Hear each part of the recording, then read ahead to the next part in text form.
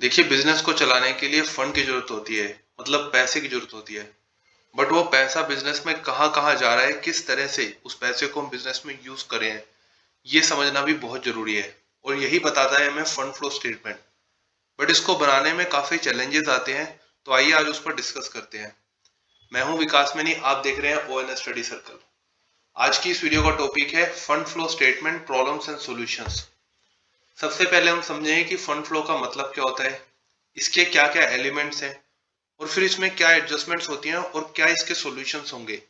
जैसे depreciation, goodwill, tax से related, dividend से रिलेटेड और प्रीमियम से रिलेटेड जितने भी एडजस्टमेंट्स हैं, सभी को हम स्टेप बाय स्टेप डिस्कस करेंगे। So let's start the video. सबसे पहले बात करते हैं फंड फ्लो का मतलब क्या होता है। देखिए, इसको एक प्रैक्टिकल लाइफ के एग्जांपल से कनेक्ट करते हैं। अब जैसे एक हाउसवाइफ है, उससे अगर पूछा गया कि घर को चलाने का खर्चा आपका कितना होता है, तो अगर उसने बताया फॉर एग्जांपल 20,000, तो उसके बाद आप पूछेंगे कि ठीक है, टोटल फंड की रिक्वायरमेंट उसके घर को चलाने में 20,000 की है, बट वो 20,000 कहाँ कहाँ यूज होते हैं। तो उसके लिए आपको बताया जाएगा कि बिजली का बिल कितना है, पानी का बिल कितना है, कहाँ कहाँ वो खर्चा हो रहा है जिस वजह से 20,000 की रिक्वायरमेंट है। तो एक तो बात हो गई फंड की कि कितना पैसा चाहिए, और फिर बात होगी फ्लो की कि वो पैसा कहाँ कहाँ यूज होता है जिस वजह से आपको इतना पैसा चाहिए। सेम कॉन्सेप्ट अप्लाई होता है बिजनेस के केस में। फंड बताता है कि कितना फंड, कितने पैसे चाहिए आपको बिजनेस में, और फ्लो का मतलब वो पैसे कैसे फ्लो कर रहे हैं बिजनेस में। और फ्लो का एक और जनरल मतलब होता है जो चेंज होता रहता है, क्योंकि अगर कोई चीज है जो फ्लो में है, वो चेंज होती रहेगी। तो इस कंटेक्स्ट में अगर हम एसेट या लायबिलिटी को देखें, तो ये दो तरह की हो सकती है, करंट या नॉन करंट। क्या नॉन करंट चीजें चेंज होती हैं? जैसे मशीनरी है, क्या वो हर महीने चेंज होती रहेगी उसकी वैल्यू? आपने एक मशीनरी खरीद ली फॉर एग्जांपल 50,000 की, अब उसकी वैल्यू हर महीने चेंज नहीं होगी। बट रॉ मटेरियल है, उसको आप कन्वर्ट करेंगे, वो कंज्यूम होता रहेगा। तो जो करंट चीजें हैं, करंट एसेट या करंट लायबिलिटी, फ्लो जो है वो इसमें होता है, ये चेंज होता रहता है। बट इसमें फ्लो कैसे होता है, आइए इसको देखते हैं। अब जैसे करंट एसेट्स, CA मतलब करंट एसेट, CL मतलब करंट लायबिलिटी। अब करंट एसेट्स खरीदी 100 रुपए की, और करंट लायबिलिटी जनरेट हो गई 100 रुपए की।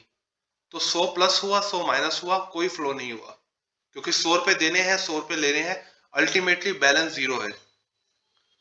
दूसरे सिनेरियो को अगर हम देखें, करंट एसेट्स परचेज करी, for example raw material purchase कर लिया, बट करंट लायबिलिटी नहीं, नॉन करंट लायबिलिटी जनरेट हो गई।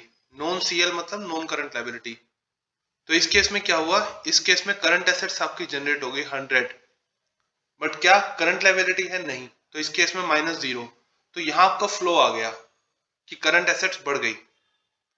तीसरा सिनेरियो अगर हम देखें, तो करंट एसेट्स नहीं, नॉन करंट एसेट्स जनरेट हुई है 100 रुपए से, और करंट लायबिलिटी जनरेट हुई है 100 रुपए से। तो नॉन करंट एसेट्स है इसलिए 0, क्योंकि हम करंट की बात करेंगे, और करंट लायबिलिटी जनरेट होगी -100। तो यहाँ -100 फ्लो है। तो इसका मतलब जो फ्लो है वो पॉजिटिव नेगेटिव दोनों ही हो सकता है। बट ये जनरली कब होता है, जब करंट, एक चीज करंट हो, दूसरी जो है वो नॉन करंट हो, अब चाहे वो एसेट हो या लायबिलिटी हो। तो अब तो हमने समझ लिया कि फंड फ्लो का मतलब क्या होता है। अब स्टेप बाय स्टेप इसके एलिमेंट को समझते हैं। मीनवाइल मैं आपसे रिक्वेस्ट करूंगा, अगर आपको हमारा एफर्ट्स पसंद आ रहा है तो इस वीडियो को लाइक और शेयर करें, और हमें मोटिवेट करें इस चैनल को सब्सक्राइब करके। बात करते हैं changes in working capital. Working capital का मतलब क्या होता है? वर्किंग कैपिटल का मतलब होता है जो बिजनेस को चलाने में जो हमारे रेगुलर खर्चे हो रहे हैं, उसके लिए कितना पैसा चाहिए, उसके लिए कितनी कैपिटल चाहिए बिजनेस में। जैसे रॉ मटेरियल खरीदना है, वेजिस या सैलरी देनी है, कुछ डेप्टर है, तो उन सब के लिए कितना पैसा चाहिए बिजनेस में, वो होता है वर्किंग कैपिटल। अब अगर बात करें नेट वर्किंग कैपिटल की, इसका फॉर्मूला होगा current assets minus current liability. अब इसमें फंड फ्लो में हम देखते हैं चेंज कितना हो रहा है वर्किंग कैपिटल में। For example changes in working capital, current assets minus current liability. अब अगर करंट एसेट्स पहले थी 10,000 की, उसके बाद इस साल हो गई 15,000 की, तो देखिए दोनों का डिफरेंस कितना हुआ, 5,000। तो current assets minus current liability 0 है, तो इंक्रीज। करंट लायबिलिटी के केस में देखें, पहले करंट लायबिलिटी 10,000 की, अब हो गई 15,000 की, तो करंट एसेट 0, करंट लायबिलिटी बढ़ गई। तो यहाँ जो चेंज इन वर्किंग कैपिटल है वो गिरेगा, 5,000 से डिक्रीज होगा। तो अगर हम ओवरऑल कंक्लूजन देखें, करंट एसेट्स इंक्रीज या डिक्रीज होती है तो वर्किंग कैपिटल भी इंक्रीज या डिक्रीज होती है। बट करंट लायबिलिटी के साथ वर्किंग कैपिटल का बिल्कुल रिवर्स रिलेशन है। अगर करंट लायबिलिटी बढ़ेगी तो वर्किंग कैपिटल गिरेगी, और अगर करंट लायबिलिटी गिरेगी तो वर्किंग कैपिटल बढ़ेगी। तो ये तो हमने बात करी चेंजेस इन वर्किंग कैपिटल। ये बनती कैसे है, एक तरफ आप लिखते हैं टोटल करंट एसेट्स, उसके सारे जितने भी करंट एसेट्स के एलिमेंट्स हैं उसको मेंशन करते हैं, प्रीवियस ईयर, करंट ईयर, और फिर आप उसका डिफरेंस शो करते हैं। तो अगर करंट एसेट्स बढ़ रहा है तो आप उसको इंक्रीज में दिखाएंगे, घट रहा है तो उसको डिक्रीज में दिखाएंगे। Increase in working capital, decrease in working capital.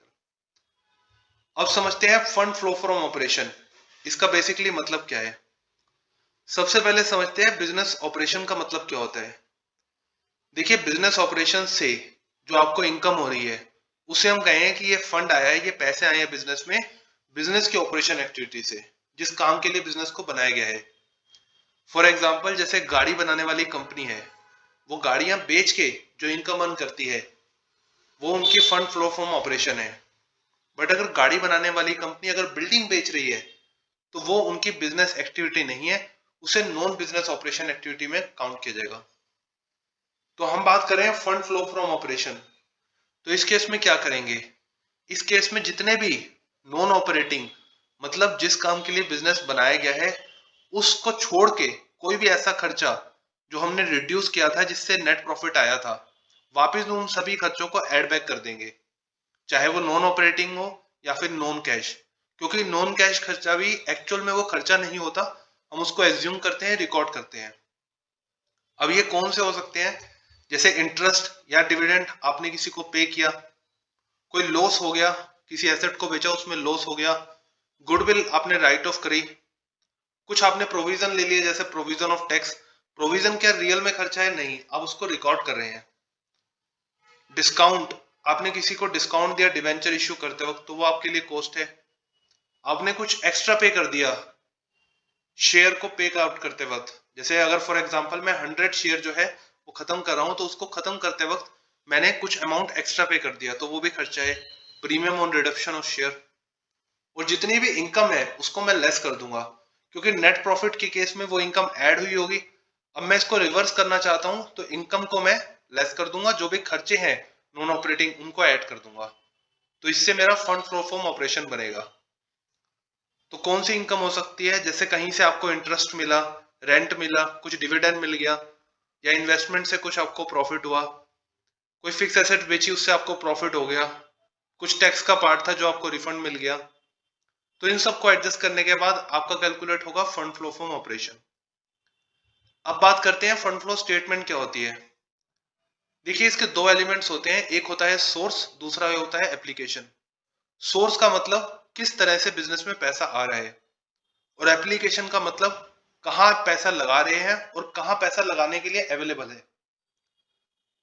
Business में कैसे पैसा आ सकता है, अब देखिए, आप शेयर इशू करेंगे तो जो शेयर खरीदेगा वो आपको पैसे देगा, डिवेंचर इशू करेंगे, कहीं से लोन लेंगे, बिजनेस में पैसे आएंगे।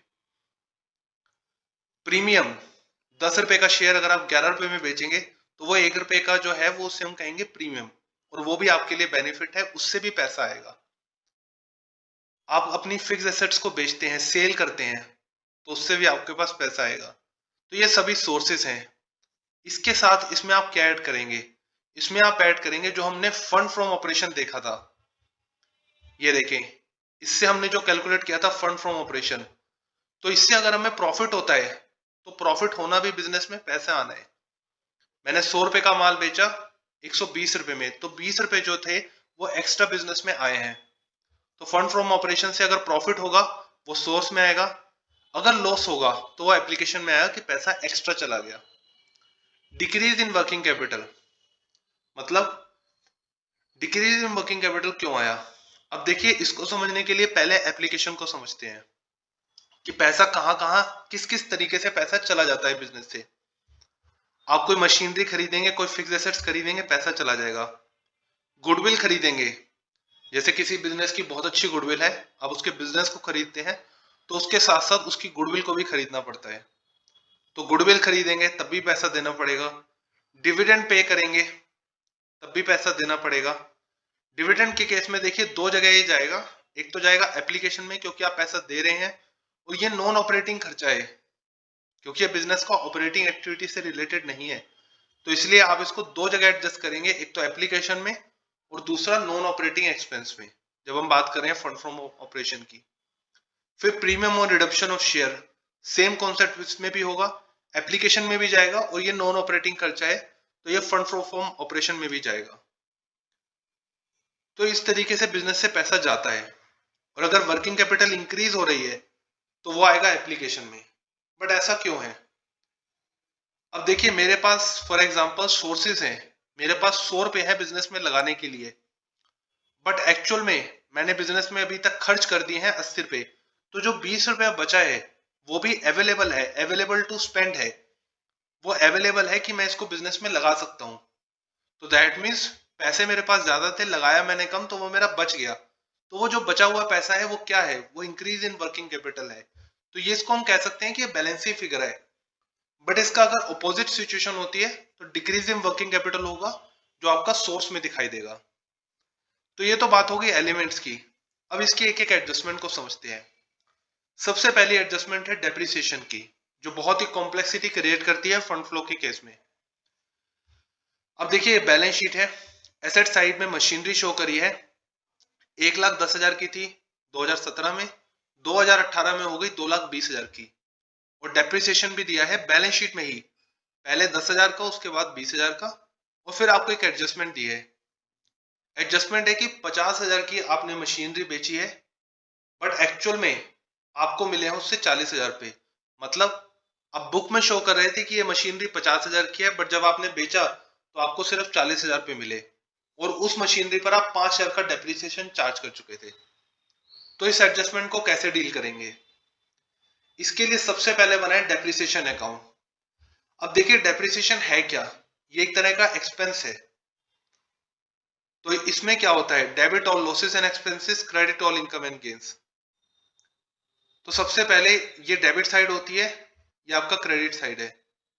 तो यहाँ पे इसका जो बैलेंस होगा, क्योंकि यहाँ सारा खर्चा आप यहाँ शो करेंगे, तो जो बैलेंस है ओपनिंग बैलेंस इसका यहाँ पर आएगा।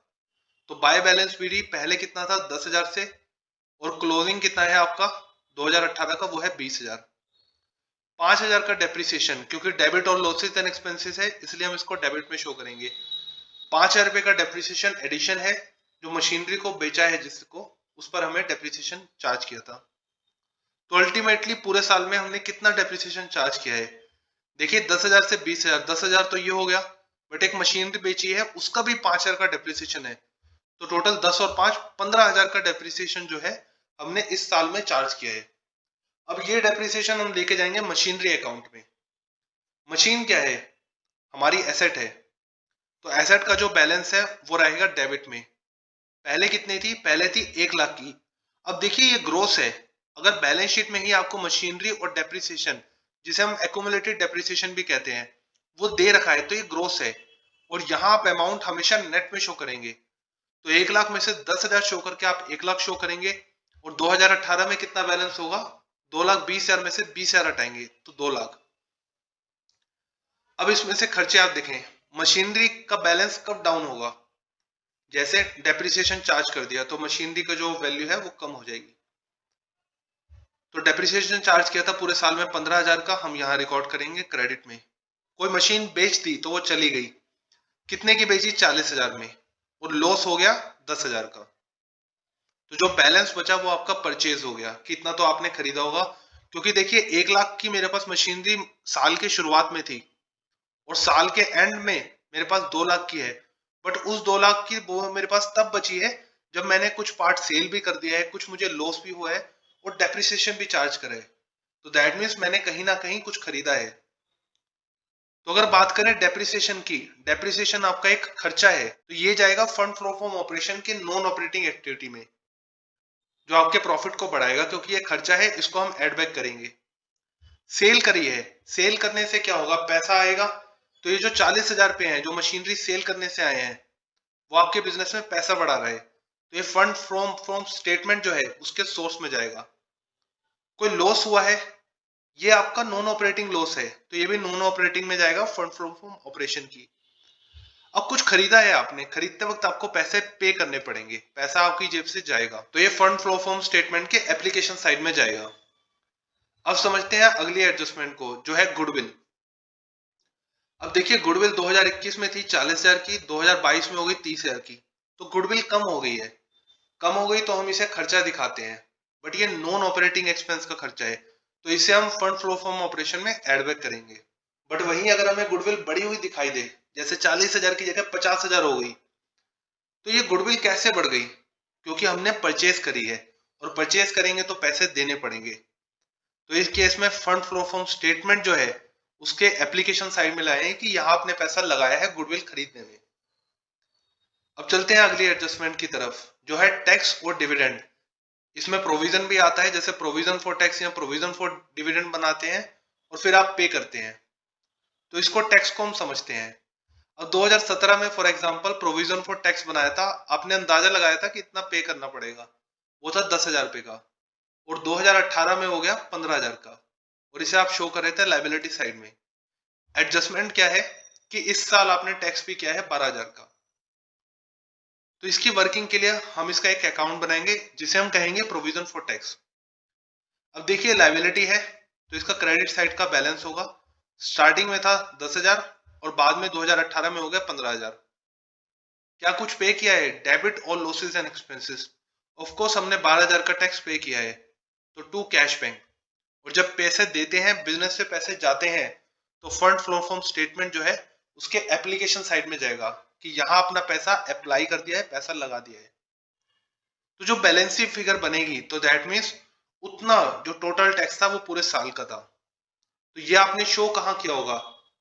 ये शो किया होगा नॉन ऑपरेटिंग एक्सपेंस में, क्योंकि हाइपोथेटिकल है, या आपने एक्चुअल में पे नहीं किया, तो इसको आप शो करेंगे टैक्स फॉर द ईयर 17,000। तो ये होगा फंड फ्लो फ्रॉम ऑपरेशन में, नॉन ऑपरेटिंग एक्सपेंस में। इसको आप एड बैक करेंगे फंड फ्लो फ्रॉम ऑपरेशन का प्रॉफिट निकालने के लिए। अब समझते हैं इंटरिम डिविडेंड, इसका कॉन्सेप्ट कैसे वर्क करता है।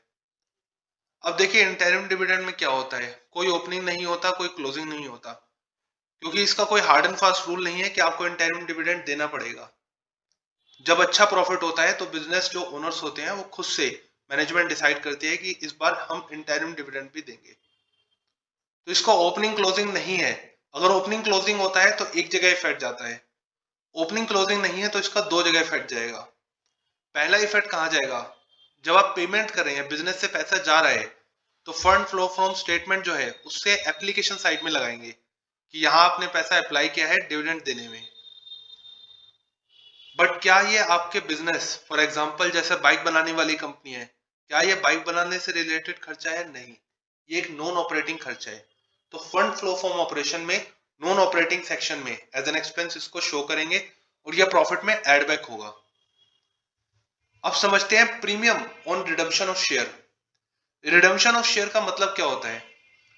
3 लाख के शेयर थे, अब 2 लाख के रह गए, तो इसका मतलब क्या हुआ कि आपने कहीं ना कहीं 1 लाख के जो शेयर थे वो आपने खत्म कर दिए हैं, उसको पेमेंट कर दी है, इसे हम कहते हैं रिडम्पशन। तो ये जो रिडम्पशन है, आपने पे करा, बिजनेस ने पे करा, तो फंड फ्लो फ्रॉम स्टेटमेंट में एप्लीकेशन साइड में जाएगा, क्योंकि पे करते वक्त यहाँ आपने पैसा अप्लाई किया है।